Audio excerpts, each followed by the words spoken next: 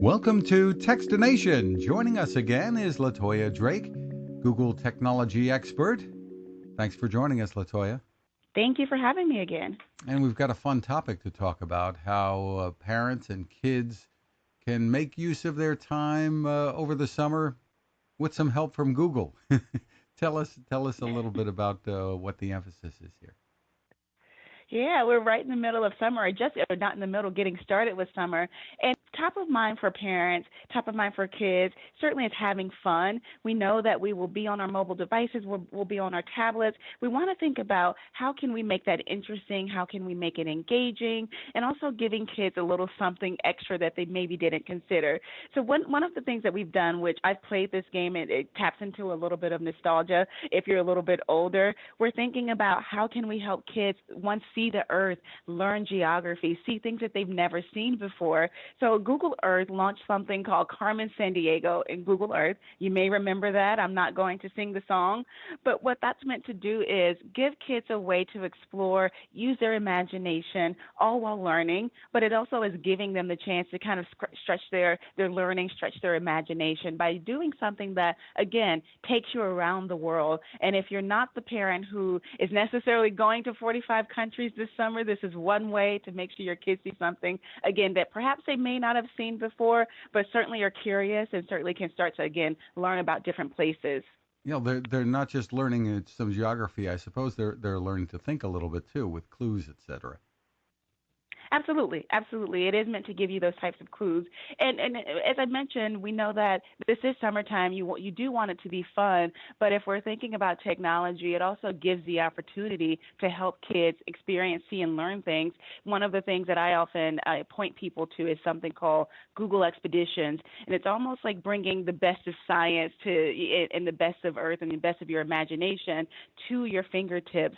And this is something that millions of students have played around with, and we're thinking about what are the new things that sometimes sound a little bit kind of out of space. When we start to talk about augmented reality and virtual reality, this is the perfect time in the summer to start to think about how can I understand what's next in technology and how do I actually bring that into my living room or even your backyard and do things. If you've got a VR headset, we have something that's very at a very low price point called Cardboard. What it allows you to do is see things like the ocean, see different habitats. And again, for most kids, if you've not seen this before, this can be fun. But if you're a parent, you might be saying to yourself, "This is great," because you're also learning. And as you said, it's pretty inexpensive to get started and kind of fun to It play around with the VR and the augmented reality too. That's right. And when again you hear these phrases, they are not meant to be scary. They're not meant to be out of touch. It's meant we do these things. We offer these types of learning opportunities, these types of games to really show parents and children that technology, while it may seem these things might seem far away, they are really at your fingertips. They're really accessible and have the ability to connect you to things that you might not have experienced before. And with Google Earth Voyager, you're doing something pretty cool too. It's kind of like the Carmen Sandiego without the Carmen Sandiego brand, I guess. You're right. So Earth Voyager is a collection of stories, over 500 stories that allow you to discover different places around the world. This team is a really, really, really smart and exciting one, and they sit and they think about where on Earth, not San Diego, but where on Earth do people want to go that might be difficult to get to? What are the places that you can't just get to on a plane, that you can't get to driving, you can't get to on a train?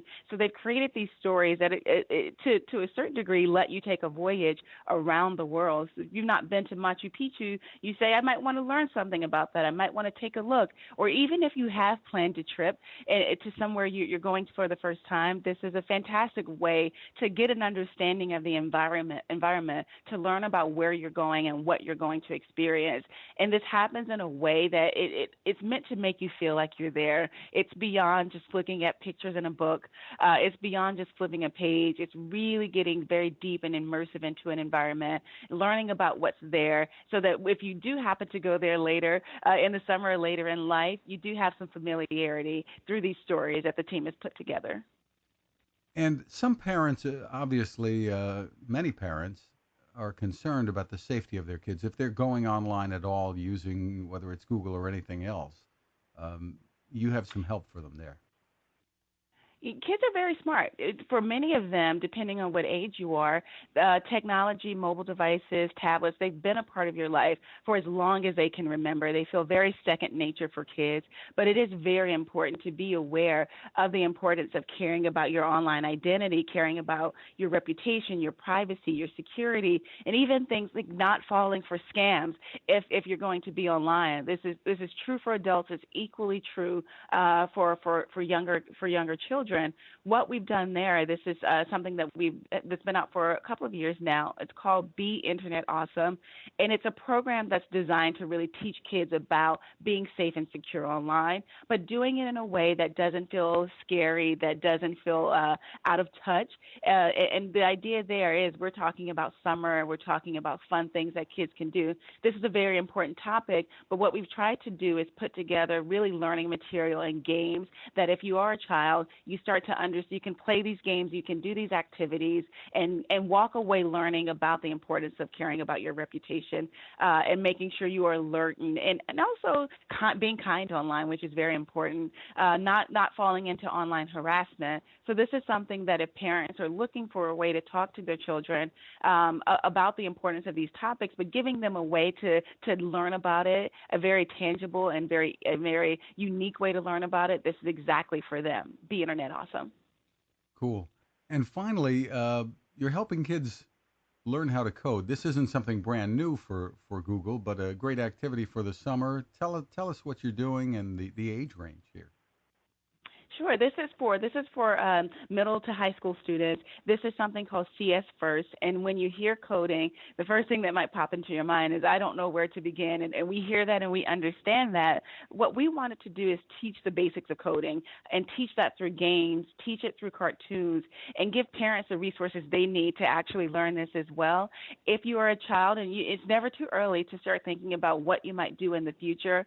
It's never too early to understand how technology works, how coding works. And so with the CS First, what we've done is created games. Again, this is all about summer and how can we make kids have fun but also learn a little something on the side. This is a way to help them through the process of coding, which again, if you hear it, if you've never done it before, we don't want it to be scary for people. We don't want it to be scary for parents or children, but wanted to make it easy for them to learn how to do it.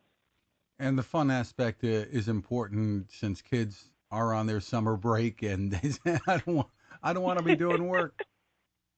You don't want to be doing work. We are not assigning homework at all. We are respectful and aware of the fact that yes, we all want to have fun on the summer. In the summer, we want to feel like we've taken a break from school and or work. So yes, this is meant to have an element of fun and entertainment, and it's almost like sneaking in the vegetables. You're learning something on the side. Sneaking in the vegetables. Is there a place for folks to go online to learn more about all these things that you've talked about, or do they look them up individually? They absolutely can search for them, but a great place to start is the website Be Internet Awesome. BeInternetAwesome.withgoogle.com is a great place to start. And the Earth tools that we talked about, Voyager and Carmen San Diego and otherwise, they can download the Google Earth app and play with all of those experiences. Great stuff. LaToya Drake, thank you for taking the time with us. You bet. Thank you. Now this. Innovation. Hi, I'm Fred Fishkin, and I've been covering consumer technology for a long time, and it takes a lot to impress me. That's why I'm excited to tell you about the latest way to enjoy cooking in the great outdoors from my friend Patrick Sherwin and his great team at GoSun Stove. What if you could harness the sun to cook your meals anywhere you go, day or night? The GoSun Fusion arrives this summer using the company's tried and true reflectors and a solar vacuum tube to get you cooking without the mess of charcoal, heavy propane tanks, or smoke. And with an optional solar panel and battery storage, and the ability to plug in at home or on the road, you really can use the GoSun Fusion to cook anytime and anywhere. Want to learn more? Head to gosun.co and use the code TEXTINATION to save 10%. That's gosun.co.